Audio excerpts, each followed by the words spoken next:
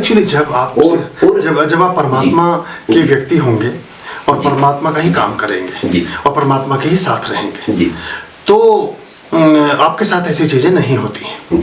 लेकिन मुश्किल क्या आती है कि एक व्यक्ति जो बहुत सदा शैता से भरा है, जो बहुत हार्दिक है, जो परमात्मा से बहुत गहरा जुड़ा है, वो व्यक्ति बाकी जो समाज की चालाकियां हैं, बाकी समाज की तिगड़में हैं, बाकी समाज की राजनीति हैं, उनमें बहुत रुचि रस रखता नहीं। और वो कहता है कि हो रहा है वो ईश्वर की मर्जी। एक और भाव दशा आती है जिसमें आप भी नहीं रह जाते।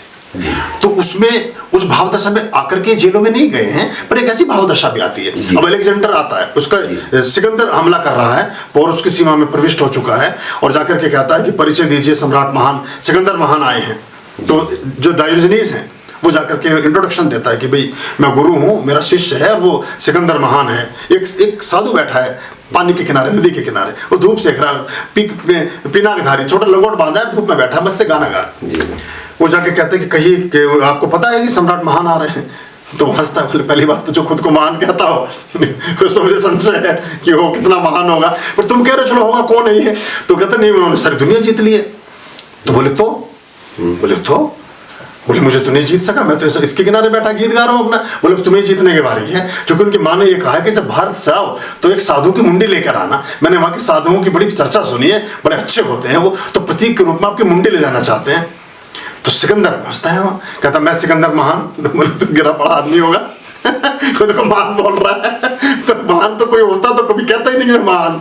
सिकंदर सक पका जाता है, बोले उस ऐसे लहजे में तो किसी ने बात ही नहीं की कभी। और एक आदमी बिल्कुल नंगा धड़ंगा बैठा है नदी के किनारे, कुछ भी नहीं, उसके पास लकड़ी भी नहीं है कि हमले का प्रहार चले, मेरे पास 10,000 की सेना है और ये इतने ताकत, इतना बल कहाँ से आया? तो कहता मैं आपकी बात से प्रभावित हुआ और मैं आया किसी और इरादे से था। मेरी माँ ने कहा था मुंडी उतारने के लिए, और मैं अब तो तुम्हें प्रणाम करता हूँ और तुम कौन हो, तुम मुझे बताओ। तो वो कहते हैं कि तुम जो अपनी इच्छा है वो पूरी कर लेना, पर एक बात बताओ कि अगर तुम मृत्यु के नज़दीक हो और मरने वाले हो और रेमेडी के रूप में मैं तुम्हें कहूँ कि मैं 10 साल जीवन दे सकता हूँ, तो तुम उसके लिए क्या दे सकते हो? सिकंदर कहता है मैं अगर मेरे जीवन में बनाएगी तो मैं अपना धन संपदा जितनी भी है, बहुमूल्य संपदा सारी दे दूंगा। और बोले अगर आपके पास सिर्फ 2 दिन बचे हों और 2 दिन में लिए आपको और जिंदा रखना हो, 2 दिन बाद हम मर जाने वाले हैं, तो आप क्या दे देंगे? बोले 2 दिन जिंदा रहूंगा तो मैं आधा राज दे दूंगा। और बोले अगर आप 1 ही दिन बाद मर जाने वाले हों तो फिर क्या दे सकोगे?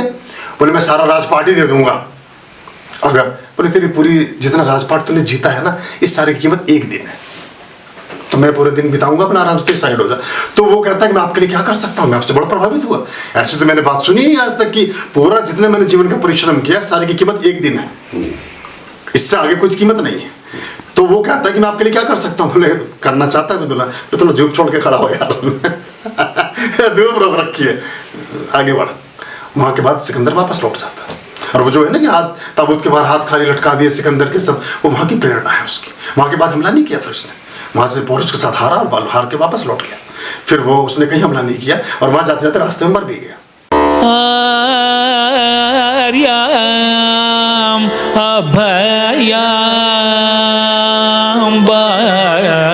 भज रे चित संततम